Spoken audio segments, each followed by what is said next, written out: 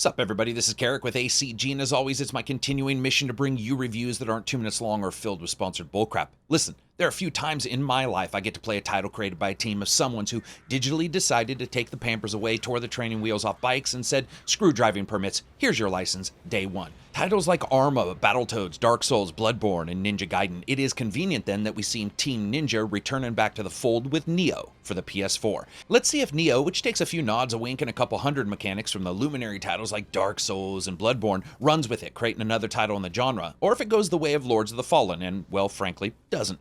Let's do this. As always, if you like the video, maybe subscribe. So here's my review for Nioh, Bros Before Foes, The Last Samurai Supernatural TV crossover, and the power of air sharks. Graphics are up first. Okay, so where do we begin? First, the game offers an assortment of levels of fidelity on both the PS4 and PS4 Pro, ranging from nope to the only one that's good. Movie mode tries to lock it at 30 FPS with all the bells and whistles and higher resolution, but simply can't hit a solid frame rate throughout. Variable mode is some kind of bastard in between, and just like first sexual encounters, probably best left forgotten, which leaves you with action mode, which is great. It's an almost steady 60 FPS that looks pretty good to boot. The only issue is that even on the PS4 Pro, action mode spends a dodgy amount of time at 720p resolution, which does impact image quality a bit. Now that being said, just like Dark Souls and Bloodborne have cut out their own artistic imagery into the genre, Nioh does this as well. Team Ninja just love their sleek visuals, which means that while we do get some poor texturing or odd moments, the combination of characters' intricate animations and game world can be stunning, and in many ways, it's Nioh's excellent lighting system that delivers much of the visual punch we see in this title. There are few things more enjoyable than fighting off demonic electric dogs as they call down lightning onto your metal-encased skull, or massive ogres surrounded by portal energy that literally looks to be sucking life and color from the surrounding world. Excellent lighting throughout. While architecture and grandeur are noticeable in the title, Nioh didn't offer as many soaring sights as I expected, and only snow-filled villages or golem meeting grounds really hit me with the resonance of cresting a solitary castle spire or finding that one secret location you just knew had to be there in the Dark Souls games. But where Dark Souls locations have always had an infatuation with the intricacies, playing out like the world's strangest jigsaw puzzles where somehow 3 pieces all seem to fit in the exact same spot, Nioh is to a far lesser degree, and while shortcuts occur and level design is still pretty good, the wicker work of almost woven-in shortcuts, cutbacks, and secrets don't show up as often here as they do in those other titles. And the fact that it's not all a hub world, but just locations you pick from a menu, makes it feel more disjointed. And the levels, while engaging, do have a far more subdued feel to them, which I guess makes sense because Dark Souls always begs the question, who the fuck would ever build a place like this? It's like a Hellraiser puzzle box. As a complete package, there's a stunning amount to like in Nioh, incredible animation, unique enemy design, and a magnificent lighting engine, but that is held back by a good deal of repetition, variable resolution, and frame rate issues, as well as overall more subdued location palette than other titles. Sound, music, and voice.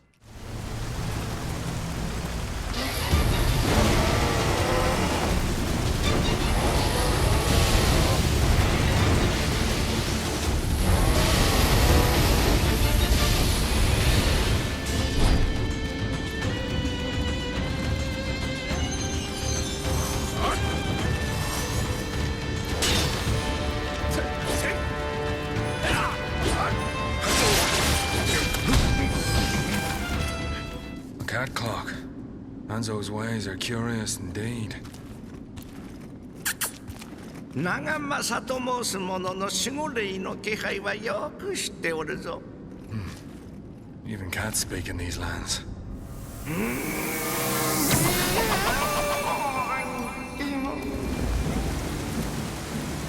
Ah, it's you. The man with the guardian spirit.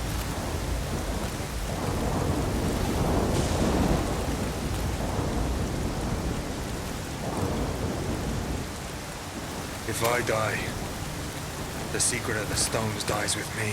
And sound is up first. And it is excellent. The audioscape is vital for a game like this, with enemies coming at you from every compass direction, a third-person camera, and tight corners, and you really have a recipe for a late-night prison movie. But here the sound absolutely assists you. 3D separation and surround are excellent, and I was saved countless times from a digital dirt nap, as I could hear the shambling footsteps of questionable things just outside my vision.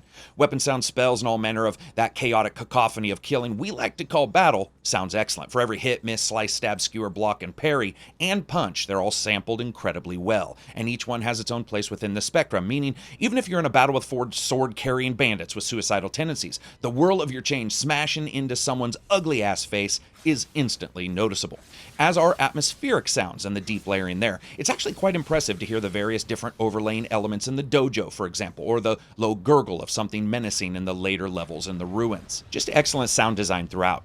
Music. Honestly, this is one of the best soundtracks of last year, and it didn't come out then, which goes to show you it's my favorite this year already. It's fantastic, a full orchestra presentation that dips into both Western and Eastern themes within some of the same tracks, and somehow seems to come out the other side almost infinitely listenable. What absolutely baffles me is that composer Kano can wrap up so much in a single track. For instance, the 4th boss is a massive electric dog demon, and you're fighting him in the slowly being destroyed remains of what looks like a vineyard. What soaring bombastic string accompaniment we expect will be there, but it's also met judiciously by occasional piano as the music fades down and then even for a bit is almost inaudible. It's fantastic work throughout and shows subtlety where it wasn't really required but is actually instantly noticeable. And of course that brings us to voice. And actually this is hit and miss. A mix of English and Japanese at times, obviously, as the story is basically just that. The voices are done well, though the main bad guy who looks like a Soul Calibur create a character lays it on very thick. That's probably a voice direction thing and who knows what they wanted. But I would say, as a package, overall, just actually average. Gameplay. Let's start with a little bit about story. You play as William, a man chasing down an evil dude who's heading to Japan to steal their rocks. That's right, but these are special rocks, magical ones. William saves a samurai when he goes ashore, and for that, the samurai decides he will help him find this notorious rock thief, all the while traipsing around Japan fighting off demons, because otherwise the game would just be called Indiana Williams in the temple of, oh look, I'm already there. And from that point on, you're off to the races, and frankly, I think this game needs an intro movie of somebody just going through a time-lapse of puberty in like 20 seconds. First, let's get this out of the way. This isn't open world. You start out with a dojo and some tutorial lessons, which then flesh out to one location and then another and then another and then many more, until you're unlocking weaponsmiths and harder Twilight versions of missions throughout the lands and submissions that plumb the depth of asset reuse, which I'll get to in a second. Now, as William, you're a samurai in training, which means you're one cool SOB made out of statistics and pure hard discipline. One of those is reflected via the attributes like body strength and skill, each impacting particular weapons and various defenses, and the other is reflected by pure martial prowess in the forms of those weapons and the skills that you can unlock for them. You start out by picking one weapon to sort of specialize and another as your secondary, but don't worry, you can mix and match until your heart's content after that anyway. And the tenets of Nioh show themselves almost instantly. First, you have 3 stances for every weapon, high, medium, and low. Not only do they do more damage, but so too do they use more energy. In this game, it's called ki, and most everything revolves around it because both you and the enemy have it, and without it, well, you pretty much can't do shit. But Team Ninja went one step farther. Enter in Active Reload, the ancient demonic Japanese edition. Just like Gears of War, where hitting a button magically made things speed up, here you try to time your ki pulse just right so you can reset the stamina you've lost. But the unique thing here is that you can choose when in the battle combo to use it. For example, in the midst of a combo, you might see another enemy approaching, and so instead of pushing the attack, burning up your last bits of ki by hammering down the last bits of health of the enemy, but possibly also leaving you vulnerable, you retreat and ki pulse. In many ways, it's like a random button in your combos. It's absolutely ingenious stuff, and soon you're going to be juggling Kurosagama stances, switching between high and low attacks, dodging away, ki pulsing, leaping back in to finish off a foe, and rolling away under the blade of a demon that looks like it's got 1 foot in alternate dimensions. Rinse and repeat. The fact that it works so well astounds me, and it's balanced pretty well in the game, and to be honest, I originally didn't like the idea, but it works. It isn't really overpowered, and it's an example of a small mechanic changing the entire feel of a game and its genres. So say you enter into battle with 2 bandits, one with a single sword and one with an axe. You can switch to the low and light attack, knowing that your ki won't drain nearly as fast, and that leaves you available for dodging between them. So while the weapon may not do near as much damage in that form, you can not only hit and interrupt with it, but you can also dodge more easily, and while it sounds like possibly only one of those things would be needed, that is incorrect, because the enemies can stun and remove your ki by attacking or hammering your defenses themselves, and trust me, they are 100% aware of your ki level, just as you are of theirs. Once one of these flesh-eating bastards is dead, you can then of course switch to another stance to do more damage with less worry about being blindsided without any ki left. And it's this duality of state that is so intriguing, and add to that a massively robust equipment system with weapons and armor and trinkets with any number of their own augmentations to the various attributes and weapon skills, and basically it reminds me of the first time I saw AD&D when I was used to D&D, and I saw the graphics and the charts and this and that and thought 2 things. Holy shit, that looks awesome, and man, I will never date anyone ever again. Luckily, this is elevated by rock-solid controls. As with Dark Souls, everything matters. If you're wearing too much armor, you can feel it slowing down your roll as trade-off for being a medieval Abrams battleman. Dodging rolling key bursts, light and heavy attacks, and pausing for 1 extra second to lick your sword with lightning are handled perfectly and connected intrinsically to all of your stats and the gameplay as a whole. And it's this intricately orchestrated gameplay mechanic that you notice right away within this title, and I think is done a little bit better than, say, others within its genre. And like me, this game is classless, leaving players with an almost limitless series of combinations and builds to choose from. Now, while Dark Souls and Lords of the Fallen, when you think about it, really reveled in the realization that the worlds were the main character, and like a horror version of Shadow Colossus, you were just a person climbing around on top, hoping to stay alive. Here, it's much more about the characters, and while the world design is present, it's not nearly as noticeable, with a good deal of story told well throughout a series of cutscenes, journal entries, and random dialogue, but it's more about the characters than the world. Sadly, some of these narrative gaps come at a price. Some things in the game are just straight up cryptic. You might tra-la-la into battle all stoked and ready to go for broke, only to find out that the wicked talisman you have doesn't work when you're doing, well, whatever it is you're doing. Some item descriptions are hilariously vague to the point of someone saying, it does something sometime. It is a small minority, but whether you're trying to get your head wrapped around one of the many changes you can make in the items at the blacksmith, or you're trying to figure out why your main base is called Starting Point in the narrative, it does actually happen. But as you're skipping through demon lands, you progress in levels, and you have to find shrines where you can spend the energy you've collected from the enemies, which just so happens to be the same fancy rock the bad guy's trying to get, and level up your main attributes. But Nioh throws something else at you, and that's a skills system, which are connected to the various weapons like axe, sword, double sword, and so on, as well as a type of ninja magic, mostly dealing with augments and talismans that do things like coat your weapons with fire, because being slashed with a 5-foot razor-sharp blade isn't bad enough, and of course ninjutsu, which just deals with throwing sharpened pieces of metal into opponents' eyes. What's nice about these is they open up not only passive, but also some active options in battle. Now, at first it may appear like all skills are unique, buying them one for one with the weapons. Then you look closer and you soon find out that buying some skills under one weapon unlocks them for all, but it doesn't really indicate that. It's absolutely not a bad design when it comes to the gameplay, but it is a very odd layout and can be confusing to players who expect that most weapons are going to require their own training. Luckily, the skills that are unique are fairly interesting. For example, you can now make a sloth talisman to slow down enemies. And what about a poison talisman as well? It's like a poison version of that scene in Tombstone where Val Kilmer shoots Michael Biehn in the head, and despite having a valley in the back of his skull, he keeps trying to do shit. That's your enemies scrambling to get to you in slow motion while being poisoned. Brilliant. But that's not all. There's also a number of animal spirits you bond with and can call down into the game world. With over 20 of them, once again, we have this unique element overlaying the rest. And let's be honest, there are a few things in this fucking earth as cool as a flying shark in spirit form, unless it's bunnies, bats, deer, spiders, or bulls, or, well, any of the other myriad now dead but pissed about it guardians. Now, when called upon them, they basically become your weapon and you're impervious. But watch out, attacks from the enemy and specials from the bosses will still drain the time that you can do this, just like if it was life, once again offering a consistent feedback loop of power versus use. Once you pop out of it, you'll still have your full life, but they can speed up its demise.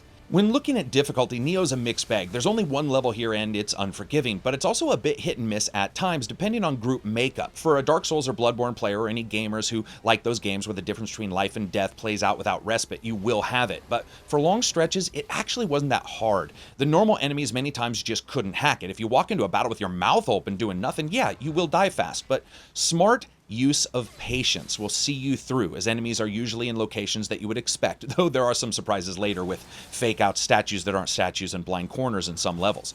But then there are the bosses. Listen, these games are known for their bosses, so of course Team Ninja brought their A game, right? Maybe. See, where the normal characters in the game offer a variety of challenge based on location, group setup, specific plans around group weaknesses, and so forth, the bosses are the equivalent of somebody handing you a carrot peeler and telling you that they want you to remove the fucking cliffs of Dover. I mean, I'm not lying, depending on the weapon and the stance, hitting a boss is all the feeling of success that breathing the 900th time in your day versus the 413th time does. And while we see some second forms and a couple variations, I found only a handful of them anywhere near as intriguing as Dark Souls, though many times they were still pretty fun to fight. That doesn't mean that the amazing feeling of success at seeing the boss pinata out an assortment of glowy weapons and items from their gizzard as they death spasm doesn't actually happen. It does. It's just that many times it's more finally than yeah, finally. Now, after killing a boss, you usually are shuttled off to a cutscene and then back to the main base to pick up and go where you want to go next. This includes a blacksmith who can repair, create, modify, and even merge weapons and their bonuses. In fact, that's another level of complexity that sort of creeps up on you and can require a fair amount of serious study to grasp. Then there's online, which involves a clans feature that's sort of like some of the other online games we're starting to see now, where you swear allegiance to a group as you're a backer and go forth and do battle and get bonuses and special equipment depending on which clan.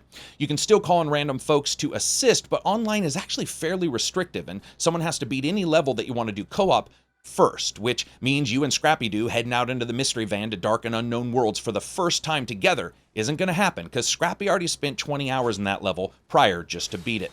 Sadly, for so many positives, Nioh's weaknesses are actually pretty noticeable. The repetitive use of smaller than its peers locations means that grinding because some boss use you like a cat uses a carpet means repetition of the worst kind. Occasional enemy imbalances and a cluttered skill system also detract from what is otherwise a pretty glorious mowdown. And of course, that brings us to fun factor. Now, despite these issues, man, it's fantastic and it's mammoth. And while it's difficult, the masterful push-pull of the title's difficulty, save points, guardians, key impulse, and some other subtle changes to the norm elevate this to a whole nother level. You know you like a game when one of the bosses turns your corpse into a smoking crater, and the first thing you do is sprint as fast as you can straight back into his face because maybe he'll make a mistake this time. As you guys know, I rate games on a buy, wait for sale, rent, or never touch it again rating scale. This is an absolute buy. This is Nioh Souls. It's not perfect, but it's an excellent addition to the genre, worthy of smashing its name into others in a failed meme attempt. And while nowhere near perfect, it enters into the genre and brings with it refreshing additions that I hope see continued use. And while there is a massive amount of data to keep track of,